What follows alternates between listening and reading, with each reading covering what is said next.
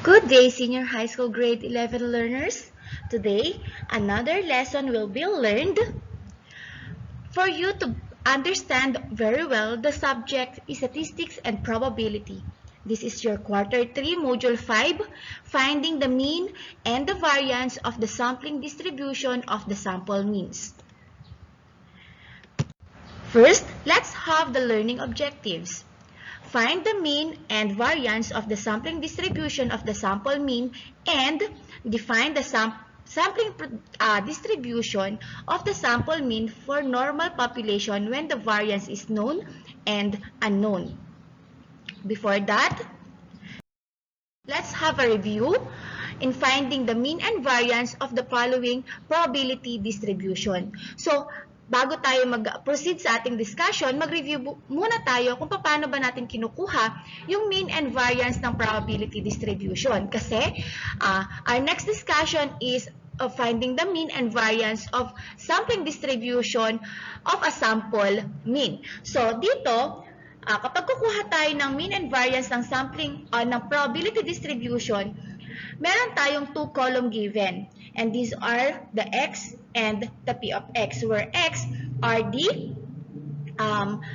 sample space and then the probability of x. So from x, meron tayong 1, 2, 3, 4, 5, 6, and 7. Probability of x, we have 0.237, 0.317, 0.178, 0.157, 0.070, 0.026, 0.015 respectively. So, paano natin makukuha yung mean and variance with this given two columns?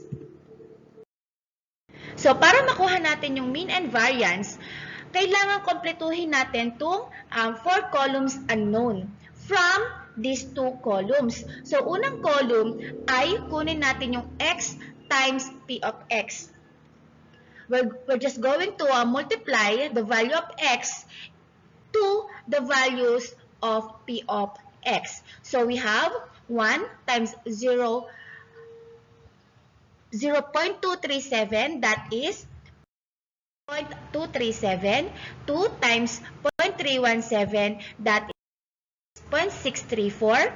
3 times 0.178, we have 0.534.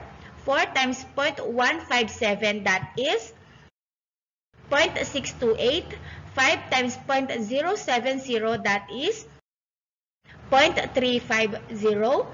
6 times 0.026, that is equal to 0.156. And 7 times 0.015, that is equal to 0.105.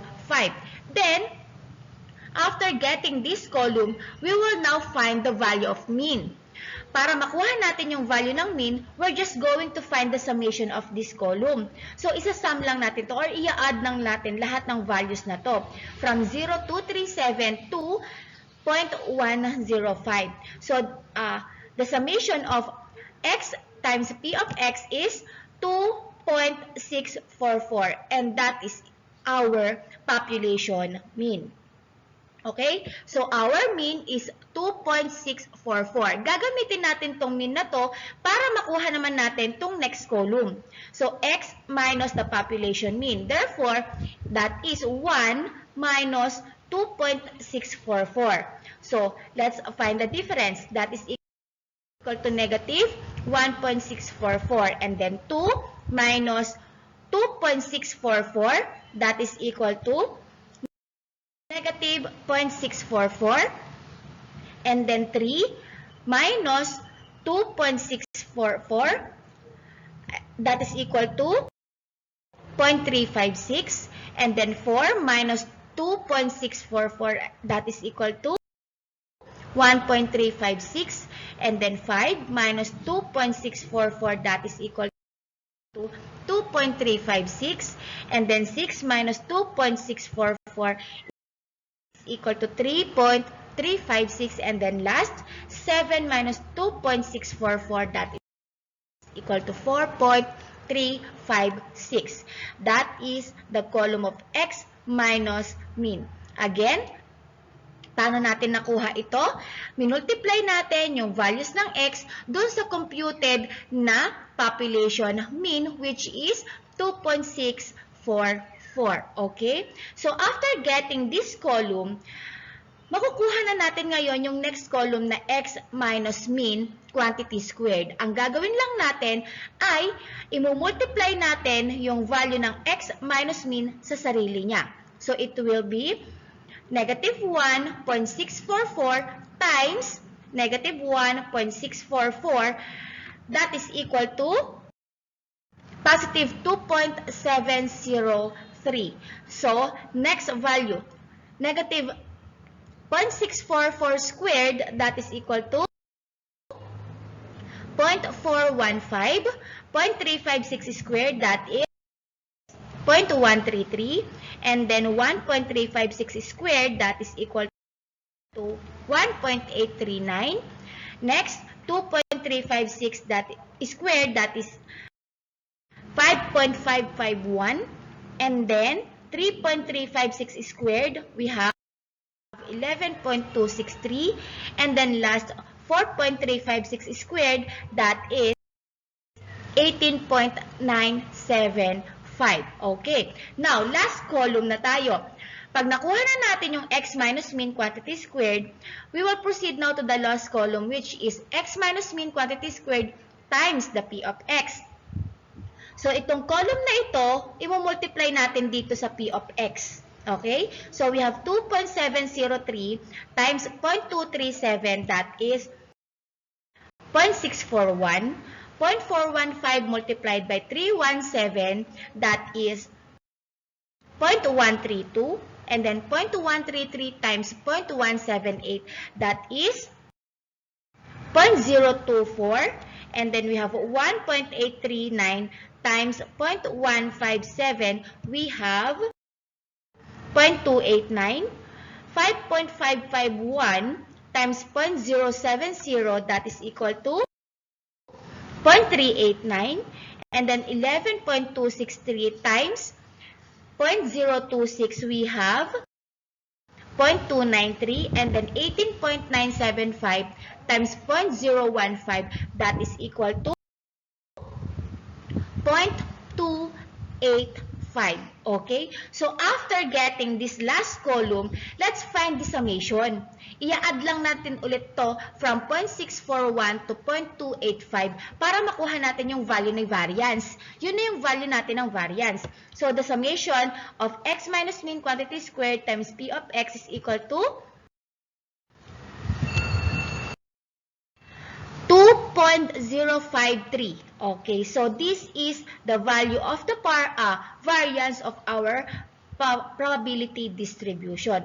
And from variance, from dito, makukuha natin yung value ng standard deviation by i-square root lang natin si variance. So, square root of 2.053, that is the value of standard deviation, which is equal to 1.43. Okay. So, let's proceed now to our topic, which is finding the mean and the variance of the sampling distribution of the sample means. So, we have here the situation. Consider a population consisting of 1, 2, 3, 4, and 5. Suppose samples of size 2 are drawn from this population. Describe the sampling distribution of the sample mean. So, we have the population. Ito yung bumubuo sa population natin. 1, 2, 3, 4, and 5. And then, the sample size daw ay 2. So, the questions, what is the mean and variance of the sample distribution of the sample means? So, we need to find the mean and the variance of the sample means. And then, we're going to compare these values to the mean and variance of the population. Yung nakuha natin kanina. Diba? Yung mean natin kanina ay 2.644 and then our variance is 2.053. Okay, so we will compare the mean and variance of the population na makukuha natin dito and then mean and variance ng sample means. Okay, let's proceed. Step 1, compute the mean of the population. Compute muna natin yung mean ng population. So, we have the of x divided by n, that is the formula for population mean. So, yung x natin, yan yung 1, 2, 3, 4, 5. And then n, kung ilan yung numbers na inad natin. So, that is 5. 1 plus 2, 3 plus 3, 6 plus 4, 10 plus 5, 15 divided by 5. So, therefore, our population mean is 3. Okay? Population mean pa lang tayo. Population mean is 3. When you see this symbol, it represent population mean. Okay? Next, let's proceed now. So, step 2, compute the variance of the population. We have here the x. Okay? These are the population. And then, we already know the population mean, which is 3. Okay? So, kunin natin yung column na x minus mean, which is 1 minus the population mean, which is 3. So, that is negative 2. And then, 2 minus 3, we have negative 1. 3 minus 3, that is 0. 4 minus 3, we have 1. 5 minus 3, that is 2. Okay? After getting this column, let's proceed now to x minus mean quantity squared. I-multiply lang din ulit natin sa sarili niya lahat ng values na nakuha natin sa x minus population mean. So, we have negative 2 squared, that is 4. Negative 1 squared, we have 1. 0 squared, that is 0. 1 squared, we have 1.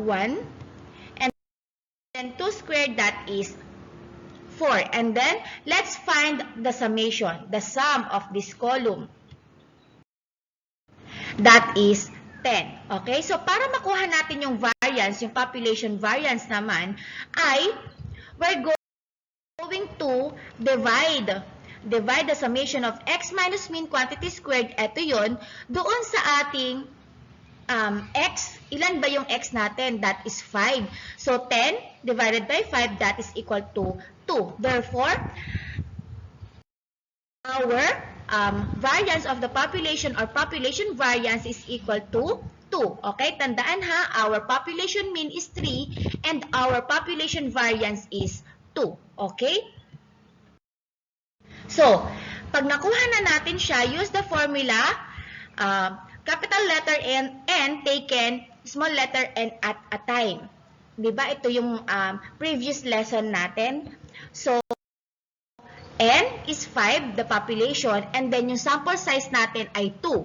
So, we have 5 taken 2 at a time is equal to 10. Ibig sabihin, we're going to list down 10 possible samples of size 2 from our population, yung 1, 2, 3, 4, 5. Gagawa tayo ng mga possible samples, okay, from 1, 2, 3, 4, and 5. Let's do it. List all possible samples and their corresponding means, okay? So, we have samples. Ano ba yung mga possible samples with sample size 2? From 1, 2, 3, 4, and 5. These are 1 and 2, 1 and 3, 1 and 4, 1 and 5, 2 and 3, 2 and 4, 2 and 5, 3 and 4, 3 and 5, and 4 and 5. So, these are the possible samples from 1, 2, 3, 4, 5 with sample size of 2. And now, let's find the mean. Para makuha natin yung mean, i-add natin yung dalawa na yan and then divided by 2. Bakit? Bakit 2? Kasi 2 ang ating sample size. So, 1 plus 2, we have 3 divided by 2. It will give 1.5. Next, we have 2. 1 plus 4, 5 divided by 2, that is 2.5. 1 plus 5, that is 6 divided by 2, we have 3. 2 plus 3 divided by 2, that is 2.5. 2 plus 4 divided by 2, we have 3. 2 plus 5 divided by 2, that is 3.5. 3 plus 4 divided by 2, that is 3.5. 3 plus 5 divided by 2, we have 4. And 4 plus 5 divided by 2, that is 4.5. Now, kapag nakuha natin yung mean dito, pag nakuha na natin, bibilangin natin ilang beses ba lumabas si 1.5. Okay, let's try. Ilang beses ba lumabas si 1.5? Okay, 1 lang, 'di ba? And then si 2, ilang beses siya lumabas? 1. Okay, 1 lang din. And then si 2.5, ilang beses lumabas? We have 1, 2, okay, 2 times. And then si 3, ilang beses lumabas? We have 1, 2. Okay, 2 times lang din. And then si 2.5, ilang beses lumabas? Okay, nakuha na natin yon. Si 3.5, we have 1 and 2. So, 2 times din siya lumabas. Si 4, ilang beses lumabas? We have 1. And then 4.5, we have 1. So, kapag nakuha natin yung frequency, ang tawag natin ngayon dito ay frequency. Bilangin natin kung magiging total niyan ay 10. Kasi 10 ito eh. 1 plus 2, 2 plus 4, 4 plus 2, 6 plus 2, 8 plus 1, 9 plus 1, 10. Okay, 10. Now, i-table na natin siya ngayon. We have the sample mean. Yung mga mean natin kanina, we have 1.5, 2, 2.5, 3, 3.5, 4, 4.5, and eto na yung mga frequency natin. Kung ilang beses sila lumabas, yung binilang natin kanina.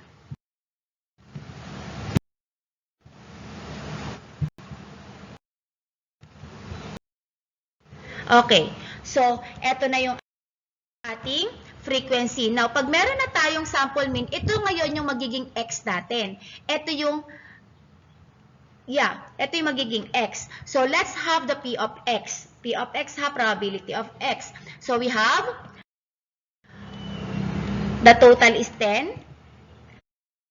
1 over 10. Para makuha natin yung P of x, ito yung 1 divided by kung ilan yung total ng frequency. So, 1 over 10, that is equal to 0.10. Okay? So, next, 1 over 10 then, that is 0.10. 2 over 10, that is 0.20. 2 over 10, that is 0.20 also. 2 over 10, that is 0.20. And then 1 over 10, 0.10. And then 1 over 10, 0.10. Okay? So, ang total ng P of x lagi ay 1. Okay po? Ang total lagi ng P of x natin ay 1. Hindi yun nababago. Ang total ha, ang summation ng P of x ay 1 lagi. Okay? Next. From this, meron na tayong x. Okay po? Ito na yung x natin. Ito yung sample mean natin kanina. And then, ito yung P of x, yung kinuha natin kanina lang. So, susundan ulit natin yung table na ginawa natin doon sa probability distribution. We're going to find x times P of x para makuha natin yung mean. Okay? So, we have 1.5 times 1 over 10, that is 0.15.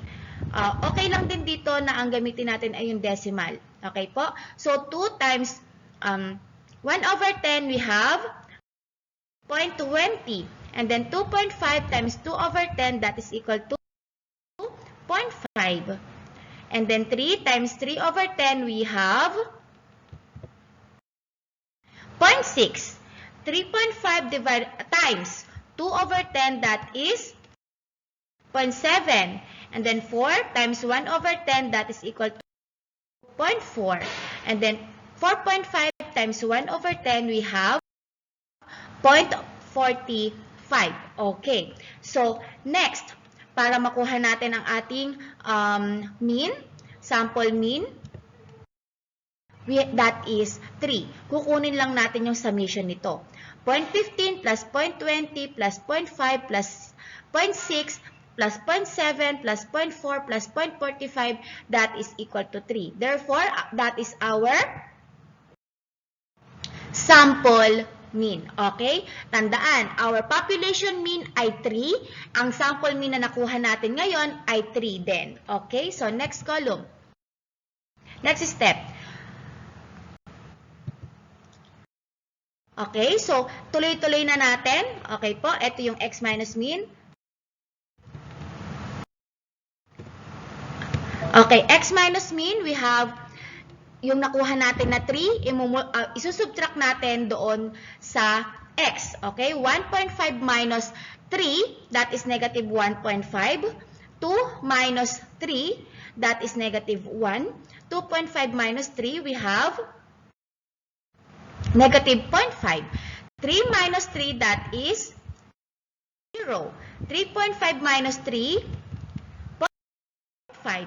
4 minus 3, 1. And then 4.5 minus 3, that is 1.5. And then after this column, let's find x minus mean quantity squared. Imumultiply lang natin itong values ng column na to sa sarili niya. Okay? So, negative 1.5 squared, that is 2.25. Negative 1 squared, we have 1. Negative 0.5 squared, that is equal to 0.25. 0 squared, that is 0. 0.5 squared, we have 0.25. And then 1 squared, that is equal to 1. 1.5 squared, we have 2.25. And then after that, from this column, imumultiply na natin siya sa P of X. Okay? So, 2.25 times 1 over 10, it will give 0.225. And then 1 times 1 over 10, that is equal to 0.1 or 0.100 kasi 3 decimal places. And then 0.25 times 2 over 10 is equal to 0.050. And then 0 times 2 over 10, that is equal to 0. 0.25 times 2 over 10, we have 0.050. 1 times 1 over 10, that is 0.100. And 2.25 times 1 over 10, that is equal to 0.225. Okay? So, after makuha natin tong column na to, after kunin yan, kunin na natin yung summation. Yung summation natin dito. Same procedure lang ng ginawa din natin kanina. So, the summation is 0.750. Okay? Therefore, yung 0.750 na yon, yun na yung magiging sample variance natin. Ito na yung sample variance. So, the variance of the sampling distribution is 0.750. Okay? So, skip na natin ito. Okay? Next example, sample means from a finite population. Consider a population consisting of 1, 2, 3, 4, and 5. Suppose samples of 3 are drawn from this population. Describe the sampling distribution of the sample mean. Okay? So, step 1, let's compute pa rin. Same steps lang gagawin natin. The population mean. So, we have... hindi napakita. Okay. Compute the variance tayo. Yung mean natin kanina is 1, 2, 3, 4, and 5. Same lang din yun, 3. Okay po. 1 plus 2, 3 plus 3, 6 plus 4, 10 plus 5, 15 divided by 5, that is 3. So, yung mean natin, 3 pa rin. So, we have the values of x. And then, ito. Okay. You're going to do it pala. Okay. So, ito po siya. 3. So, the mean is equal to 3. Okay? Next, step 2. So, same steps lang yung gagawin natin. X minus mean. 1 minus 3 kasi yung mean natin is 3. So, negative 2, negative 1, 0, 1, and 2. And then, kunin natin yung squared ng ating value ng x minus mean. Multiply by itself. Negative 2 squared, that is 4. Negative 1 squared, dito nanggagaling yan ha. Okay, that is 1. 0 squared, 0. 1 squared is 1 and 2 squared is 4. And then, let's find the summation. The summation is also 10. Okay, so that is the value of the variance. 10 divided by 5, that is 2. That is the value of our population variance.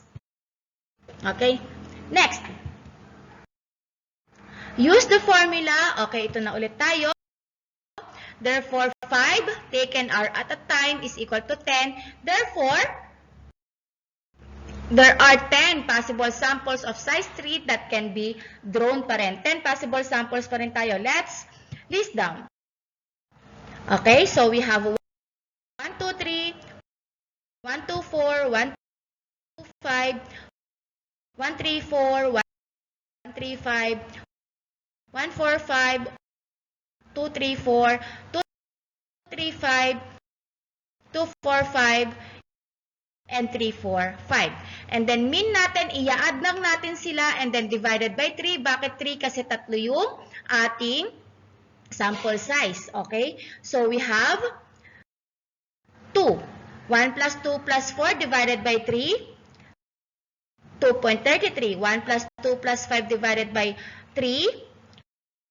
2.67. 1 plus 3 plus 4 divided by 3.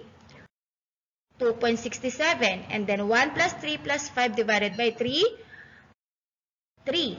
Okay, so on and so forth. Ayan. Same step lang yung gagawin natin.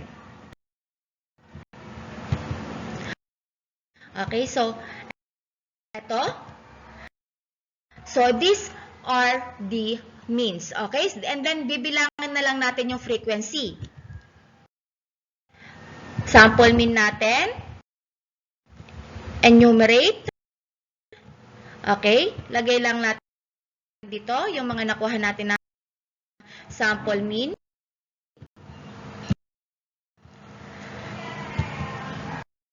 And then let's have the frequency. So 1, 1, 2, 2, 2, 1, 1, and then kailangan 10. Okay, 10 yan. And then let's find the probability, P of X. So 1, itong frequency divided by the total frequency. So that is 1 over 10 or 0.10. Okay. So 2 over 10 or 0.20. Next. Okay, so these are the P of X. Okay po? Ito lang yan. Frequency divided by the total frequency. And then ito na yung gagamitin natin. Ito yung magiging X ulit natin. Ito yung P of X. Okay po? Next. Okay, so let's have the X times P of X. Yung 2 times 1 over 10, that is 0.20. 2.33 times 1 over 10, 0.233.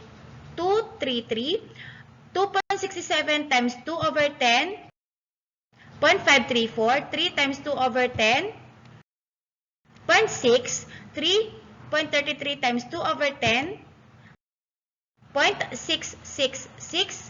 3.67 times 1 over 10, 0.367, and 4 times 1 over 10, that is 0.4. Okay? So let's find the sample mean. Ito na yung sampling distribution mean. That is equal to 3. Okay? So next, let's proceed to our next column. So, kompletuhin na natin yung column. Meron na tayong sampling distribution mean, which is 3. So, isubtract na natin siya dito sa X. So, 2 minus 3, negative 1. Negative 0.67. 2.67 minus 3, negative 0.33. 3 minus 3, 0. 3.33 minus 3, 0.33. 3.67 minus 3, 67, and 4 minus 3, 1. Okay? So, next, square natin to. Multiply by itself. Negative 1 squared, 1. Negative 0.67 squared, 0.45. Negative 0.33 squared, 0.11. 0 squared, 0. 0.33 squared, 0.11. 0.67 squared, 0.45. And 1 squared, that is 1. And then, P of x times this column. Yung 1 over 10 times 1, that is 0.100. 1 over 10 times 0.45, 0.0545. 2 over 10 times 0.11, 0.022. And then, we have 0. Next, we have 0.022. Next, 0.045. And then last, 0.100. Then let's find the summation. Total of 0.33. Therefore, our sampling distribution variance is 0.33. Okay po? So now, let's compare our computed population mean and sampling distribution mean and variance. Okay po? So, yung population natin is 5. Yung variance natin, yun yung unang example natin, hat 2. And then the standard deviation is 1.41. And then, sampling distribution natin kanina, that is also 3. That is 0.75. Yun yung na-compute natin kanina. We're just going to list it down. Okay? So, ito na siya. Next, a finite population is one that consists of a finite or fixed number of elements, measurements, or observations, while an infinite population contains hypothetically and least infinitely elements. Okay? So, let's try to answer this on your learning activity sheet at the back. And then, if you don't have any question, better you understand it very well. But if you still have question, comment down below your question and I will try to answer that immediately. Okay? So, thank you for watching. Again, this is Ma'am Giselle, your partner in discovering statistics and probability. Till our next discussion, bye and enjoy the process and enjoy answering your learning activity sheet.